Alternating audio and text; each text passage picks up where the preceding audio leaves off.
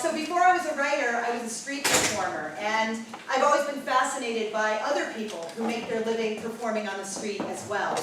I'm not a photographer, I'm an essayist, but some of what I've done is posted on Instagram, and I like to use the picture as if it is the first sentence of the story.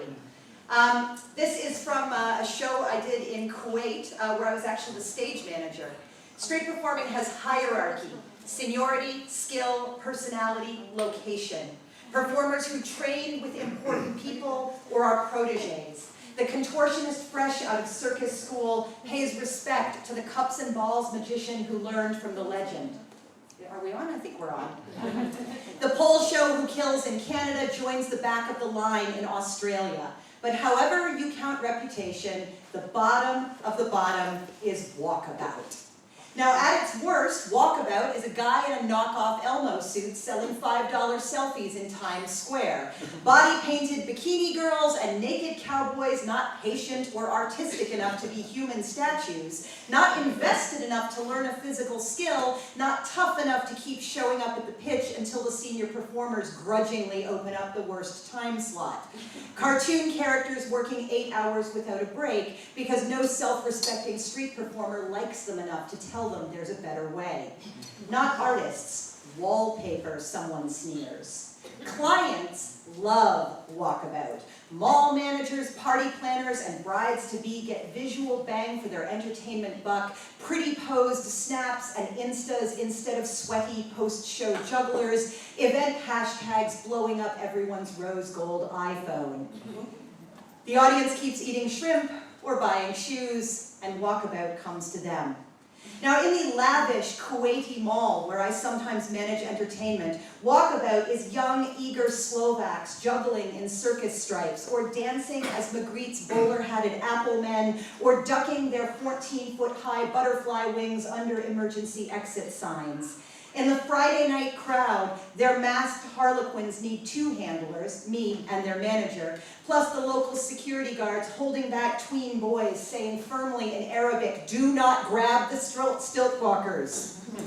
We parade down Grand Avenue, designed like an outdoor shopping street somewhere 20 degrees cooler and 150% less socially restrictive. Ladies in burqas selfie with the poi spinner. Young men face the drummer, shaking their shoulders, arms out, their friends whooping with joy. Dads lift babies to touch hands with stilt walkers in glorious brocade balloon dresses. Harsh-faced men in traditional white robes break into broad smiles, waving softly. We hold a plaza for 5 minutes, drumming, dancing, spinning. The circled crowd as big as the biggest street shows here. The stilt walker's manager gestures us into prestige, the mall's high-dollar section. The harlequins suit the gleaming black and gold corridor. The snare drum echoes in the vaulted peacock ceiling. We stride and sway past Prada, Dior, Tiffany, black-suited salespeople crowding their doorways, dashing out for selfies. Their faces broaden with delight, even bigger than the front-row children at every show they don't see, while busy selling bags and shoes and diamonds to very rich people. Maybe as big as the smiles of the children they Skype back in the Philippines, the kids they see every 3 years because you can't leave Kuwait until your contract is up. Life is good here, but sometimes good is taking your kids to see street performers at the mall, and sometimes it's sending home tuition while your mother raises your babies. The drummer turns us back towards Grand Avenue, and still they come, bathroom attendants abandoning their posts, security guards leaning over the balcony wide-eyed. A Filipino waitress at Fauchon sets down a plate of pink and gilt macarons, then looks up, smiling at us, rummaging for her phone to show her family later, and for that moment we are all living a good life.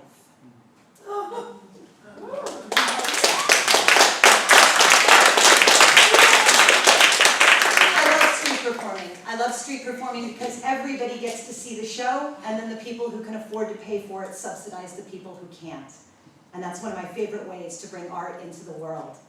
I also love seeing other performers bringing their art into the world. This is in Myanmar in 2017.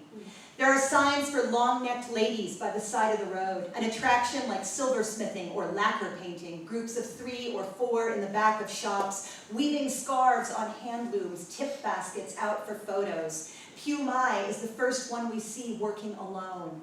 My guide and her nephew, who owns the souvenir stall, translate 3 ways: English, Burmese, Cayenne, in a not-quite triangle. Pyu Mai dutifully runs her routine, showing her leg bracelets, demonstrating how a part of her neck rings must be turned to the front to sleep. I admire the scarves she's weaving, wrap one around my neck and then another, and then ask her opinion, the green or the blue. Blue, she indicates emphatically, her face lighting up. She pats the stool next to her loom. I perch and ask how many children she has. 7. Her daughters are in 10th standard, very smart, very beautiful, even wearing pants. They don't wear the neck rings. It's not practical, not for this generation, not for school, not for girls in pants and t-shirts.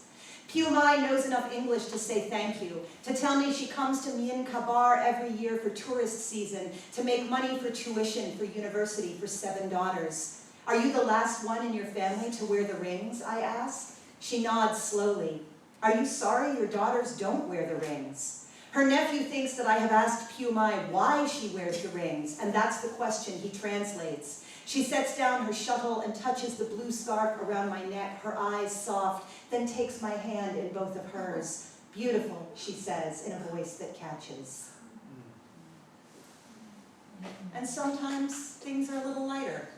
Ho Chi Minh City, 2019. If this gentleman can run a goldfish store on the back of a motorbike, I can probably be less choosy about perfect writing conditions. Wham! My coffee shop is so loud today. Goldfish on a motorcycle. That kid on the plane keeps crying. How am I supposed to think? Are you selling aquatic pets in traffic? I didn't think so. But my brain is so distracted by the weather, the time of day, this imperfect Eggs Benedict. Goldfish, motorcycle, shut the fuck up and write.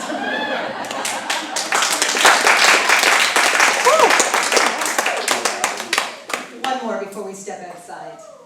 This is actually in Norway in 2023. Every generation has its own way. My grandfather herded reindeer with dogs on skis. My father had a truck. I have a snowmobile and a 4x4. My son herds his reindeer with a drone. Sami Man Nils near North Cape, Norway. The 5,000 reindeer on the island belong to 5 Sami families. I asked Nils, does this reindeer have a name, or will he be sausage? Nils laughs. Normally we wouldn't name them, no. Maybe call them by color, like the brown and white one over there. But this one is called Special because he will let us take pictures of him. Why the puffy points on the hat? Nils sets down the reindeer's rope and removes his hat, turning it inside out. Now it's a small pillow for long sledding trips in the winter. One last question before we get back on the bus. Your small silver pin. Nils laughs again and shows me. It's a toothbrush. I'm also a dentist. We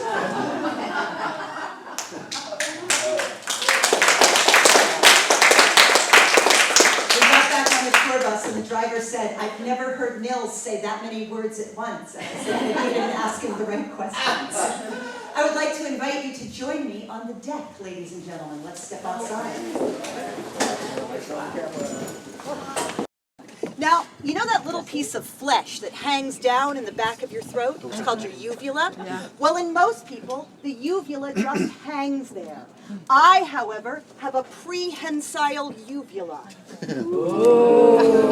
When I insert the flaming torch into my mouth, my uvula will reach out, wrap around the torch, and extinguish it. And that's how fire eating is done.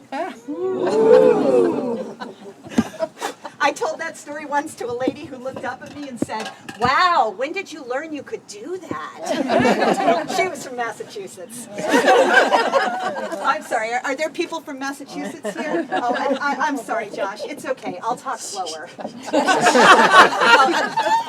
That was super insensitive. I'm so sorry. I'll talk slower. Actually, ladies and gentlemen, there is no secret to fire eating. I'm just going to take these flaming charcoal-encrusted torches dripping with poisonous fuel and plunge them into my most tender orifice. My mouth. What kind of a show did you think you were going to see? It wouldn't be included with your tuition. And Josh would be doing it. It's okay, Josh. I'm just trying to rectify everything. Dictionary readers, non-dictionary readers. Rectify.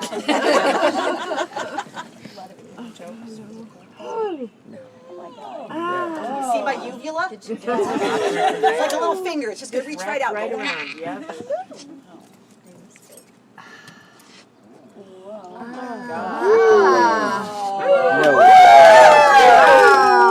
Now, before I do the next fire eating skill, I should let you know the fire that you see up here is real. There is no such thing as fake fire, no matter what your CGI teacher tells you. It's very important that afterwards, when you go home, you do not get all drunk and play with fire. Okay? Remember, don't act like me, don't dress like me, don't do the things I do. Stay in school, get a good education, because this is what you do with a liberal arts degree. 7 years of higher education, $63,000 in student loan. I'm in Maine. Eating fire. Yeah, better than my old job. Daycare. Woo! Hello, kids, it's Peppa Pig on acid! I'm going to hell. See you there. Now, a lot of people think the trick to fire eating is that as the torch comes to your mouth, you actually blow it out. I'm going to show you guys that's not true by doing a stunt called the dragon's breath.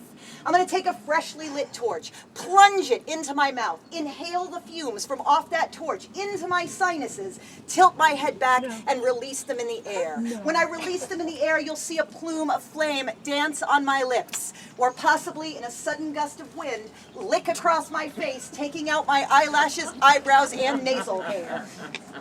Never know how much facial hair a woman has till you smell it cooking.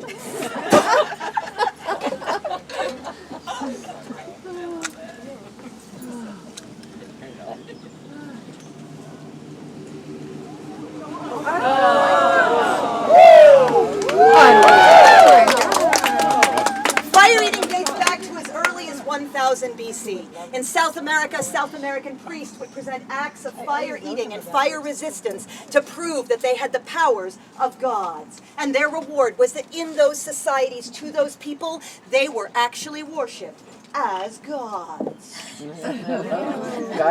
You're still not letting me cut in the brownie line, are you? Here we go. Bonus trick.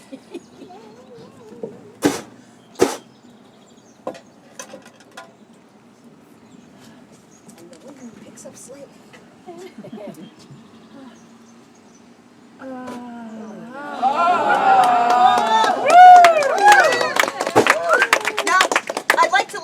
One last stunt, and for this one, Josh, I'm going to need your help. Josh, your iPhone and come on up here. Yeah, you're always in trouble when the street performer knows your name. Let's welcome Josh. Give him nice to meet you. I'm glad we met on the first day. I know, right? You never know. That's why I always sit alone, Josh. Now, Josh, together, in front of all these people, you and I are going to be performing an extremely exciting fire-eating skill known as the tongue transfer. Josh, is your partner jealous?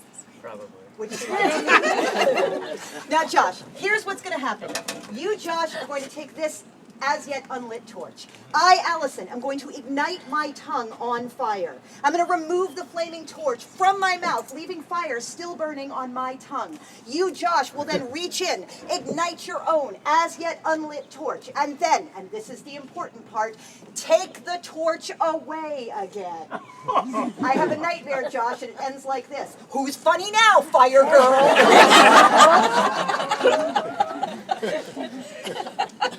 Josh, when you have ignited your torch, you're going to hold it high and you're going to strike a manly pose so that the audience can go nuts with applause for you. Okay, and I gotta light it right away so do you that your need to mouth practice doesn't burn, right? Exactly. Speed is of the essence here. Okay, take a little step back there. All right, here we go, Josh.